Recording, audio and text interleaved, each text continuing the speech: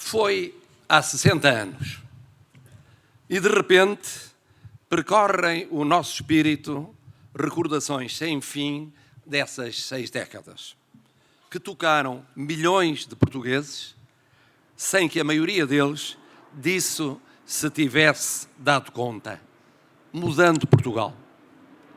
Permita-se ao cidadão que hoje é Presidente da República breves apontamentos pessoais para evocar o apoio bibliográfico recolhido para cadeiras económicas de licenciatura num centro de estudos, onde beneficiou das sugestões de um jovem assistente, mais tarde professor, primeiro-ministro e presidente de Portugal. Ou para agradecer os prémios do 3º e do 5º ano do mesmo curso de licenciatura, e bem assim a bolsa que o ajudou na pós-graduação em Direito. Ou ainda para recensear tudo quanto ficou a dever no museu, no Centro de Arte Contemporânea, nas temporadas de música, ou mesmo de cinema, há tempos infindos, em cursos, colóquios, seminários, ações científicas, sociais e cívicas sem número, como orador, moderador ou relator atento, sempre como cidadão penhorado. Mas fechado o parênteses desta breve recordatória pessoal, como não olhar agora enquanto Presidente da República e não sublinhar o que Portugal deve à Fundação Calouste Gulbenkian?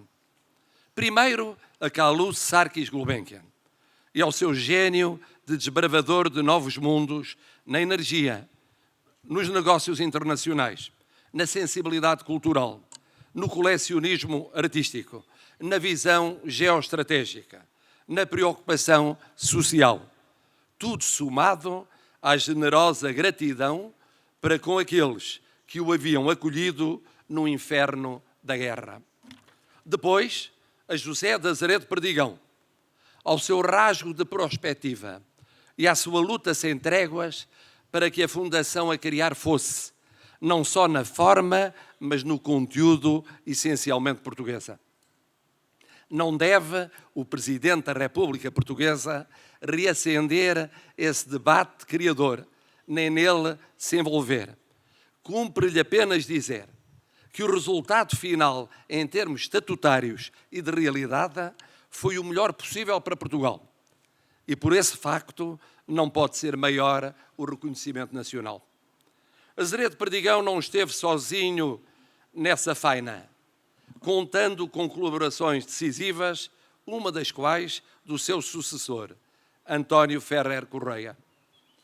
E bem assim, com o empenho, obviamente muito intranquilo, do governo português. Mas manda a verdade que se diga que, ao menos durante largo tempo, muito poucos entenderam o alcance da futura fundação.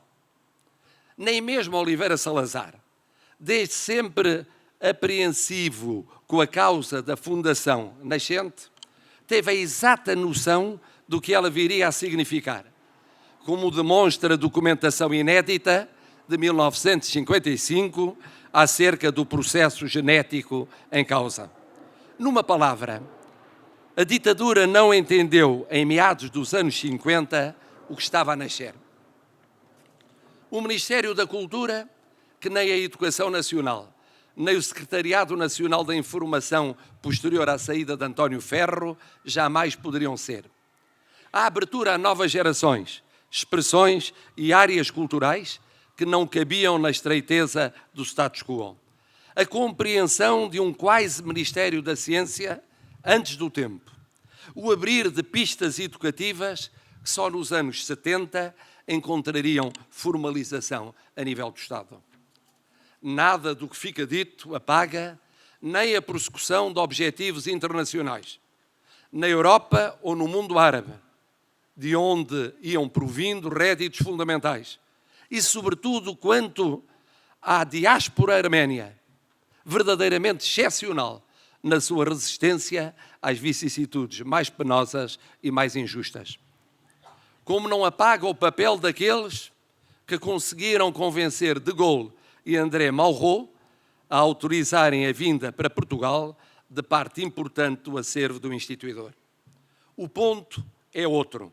Entre 55, 56 e 74, incluindo o momento alto da inauguração deste edifício e destes jardins, Portugal teve, em alguns domínios, quase um Estado dentro do Estado. Ou melhor, dele independente, ao qual ficou a dever o inestimável. A começar nessa labuta notável das bibliotecas itinerantes, que assinalaram a ponte, efetivo salto qualitativo, entre a pobre literacia da Campanha Nacional de Adultos e o anúncio de uma futura democratização educativa. E a continuar nos primeiros passos dados na saúde e na presença africana, nos quais tantos se ficou a dever ao então jovem Vítor Sá Machado.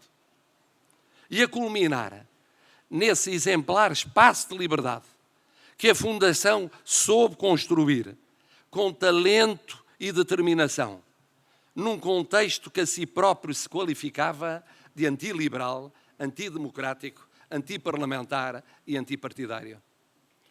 De 74 até à sucessão na liderança, viveu a Fundação a corporização dos caminhos pioneiros que havia aberto e as dimensões cultural, científica e educativa vindas do passado, mas agora num ambiente democrático.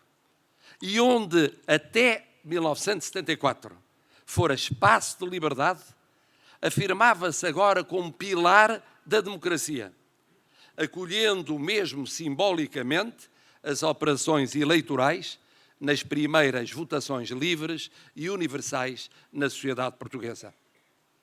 Entretanto, o mundo, a Europa e Portugal mudavam, e muito, nos anos 70 finais, 80 e 90 iniciais. E a internacionalização, o crescendo das problemáticas sociais, a criação de departamentos públicos em áreas antes que, como que delegadas na Fundação, apelavam a uma reponderação estratégica inadiável. A presidência de António Ferrer Correia assegurou uma transição suave entre a fase heroica e inicial e o tempo que estava a chegar. E chegaria nas lideranças seguintes de Rui Vilar e de Artur Santos Silva, reformulando posições externas, acentuando a percepção para os desafios emergentes, das relações entre culturas, civilizações, continentes, dos estrangulamentos sociais, das migrações, dos refugiados, da inclusão comunitária, do ambiente e da qualidade de vida. E, claro, da sua vivência também na sociedade portuguesa.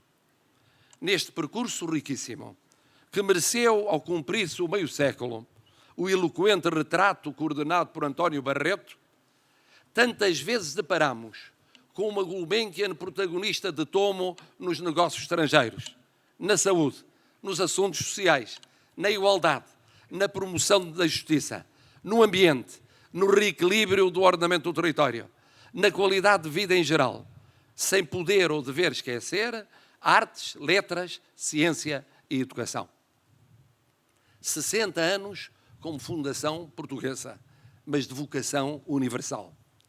Capaz de se ajustar a novos desafios, desde logo pairando acima dos regimes internos e externos. Não descurando os seus seguidores de sempre, mas apostando nos que mais representam o futuro.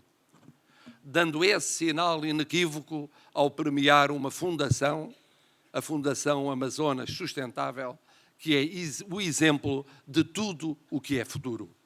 Sociedade civil, ambiente, juventude, coragem cívica, visão social, dimensão universal, presença num país que é ele próprio, na sua pujança insuperável, futuro, a adicionar à sua afirmação do presente. A Amazónia é um símbolo arrebatador do que vale a pena ser uma causa comunitária, por muito que se sintam penalizados os instalados de sempre. E as centenas de comunidades e as dezenas de milhares de pessoas de carne e osso, apoiadas pela Fundação Amazonas Sustentável, com transparência, inovação, parceria, replicabilidade e avaliação, são o retrato impressivo de que uma causa de futuro pode e deve juntar a valorização da natureza, a luta contra a pobreza, a inclusão, a educação, o desenvolvimento humano como um todo.